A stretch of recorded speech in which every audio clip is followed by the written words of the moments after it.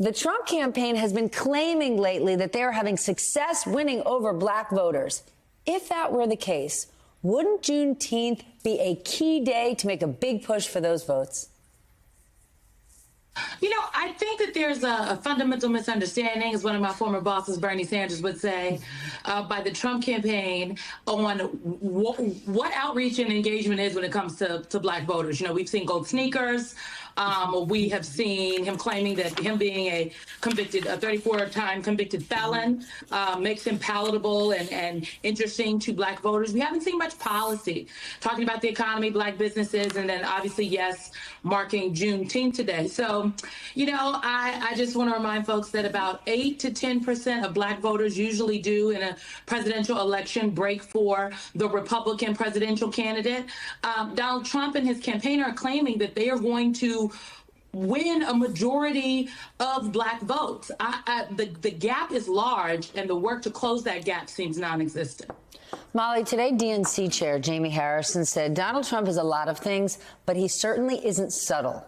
All of the cities he denigrates have one important thing in common: significant black populations. Yeah, and this has been his story ever since 2016, right? Remember, he went to war with Baltimore? I do. I mean, this is his trope. And look, you know, he is trying to give white people permission to vote for him, right? He's trying to say, I'm not as racist as you think I am. I mean, that's really what this is about.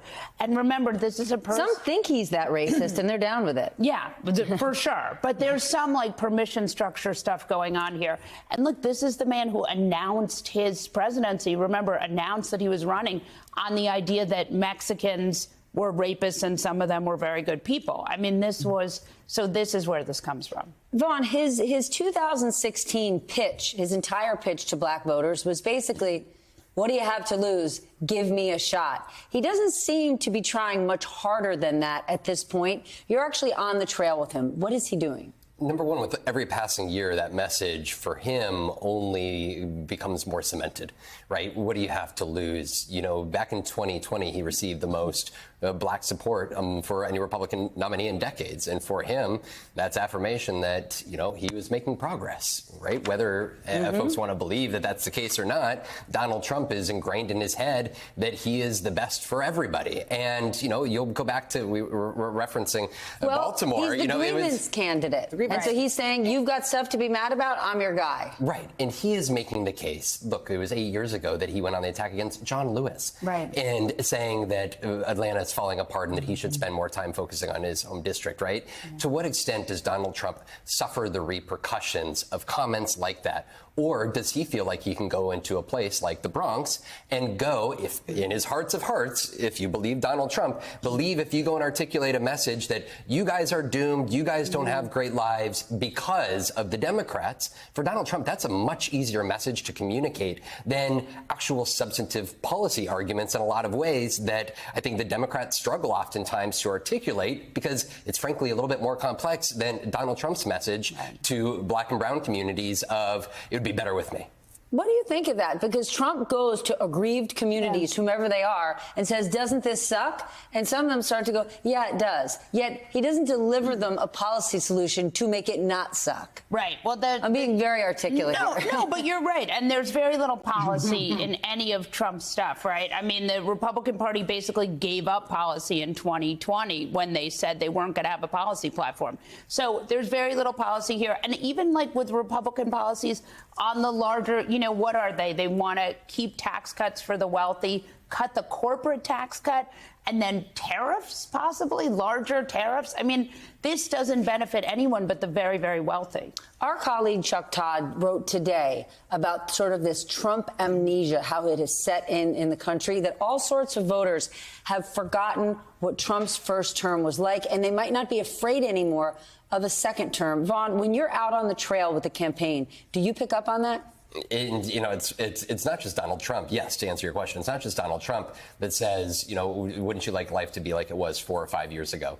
It's also voters that go and articulate that message. I think a large number of them are echoing Donald Trump's. But for folks, there is a pre-pandemic life and a post-pandemic life. Just take politics out of it for a moment in the equation. And a lot of us have lived experiences that are outside of who is in the White House on any given day. And I think that is what Donald Trump and his campaign are trying to herald folks' minds back to. And I think amnesia, when we're talking about it politically here, is that Donald Trump, there is a base of support that he has been able to effectively galvanize through events over the years since January 6th attack. And that is 4 different indictments. Those were 2022 primaries when he went around the country. In a lot of ways, he has been able to give folks fodder that extends beyond what has happened, politically in terms of policy from the Biden administration, and focus more on the grievances towards him. That I think that amnesia part really becomes relevant because for him, he is able to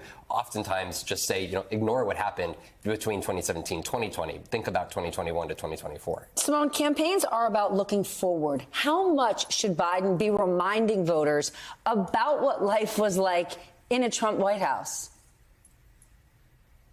I think that there's a fine line to walk, but they do have to note. I mean, if you just Donald Trump and a lot of Republicans that I've spoken to have said, well, look, what about 4 years ago? Wasn't life better off 4 years ago? And 4 years ago, we were literally in the midst of a pandemic and people were dying.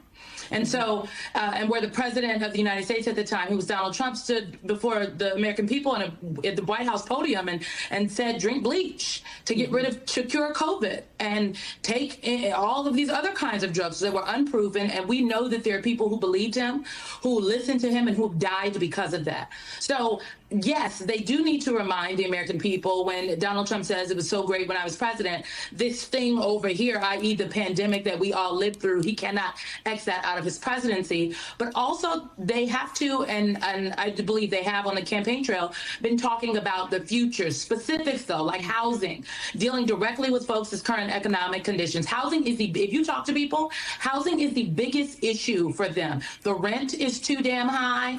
It is utterly out of reach to purchase a home for many people right now, even the thought of it, because of interest rates. And so you have heard the Biden-Harris campaign and their circuits when they're out in communities. They don't do it on television, which I don't know why, Stephanie, because I feel like they need to do a little more on TV and what they do in the streets. But when they are out there talking to voters, they are talking about these very specific issues.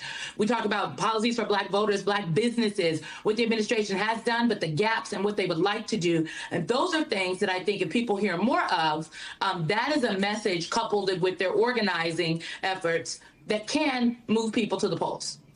New topic, Simone. Our own Ken Dilanian is reporting that the feds don't have a plan in place to alert voters about deep fakes or disinformation that is coming from inside the U.S.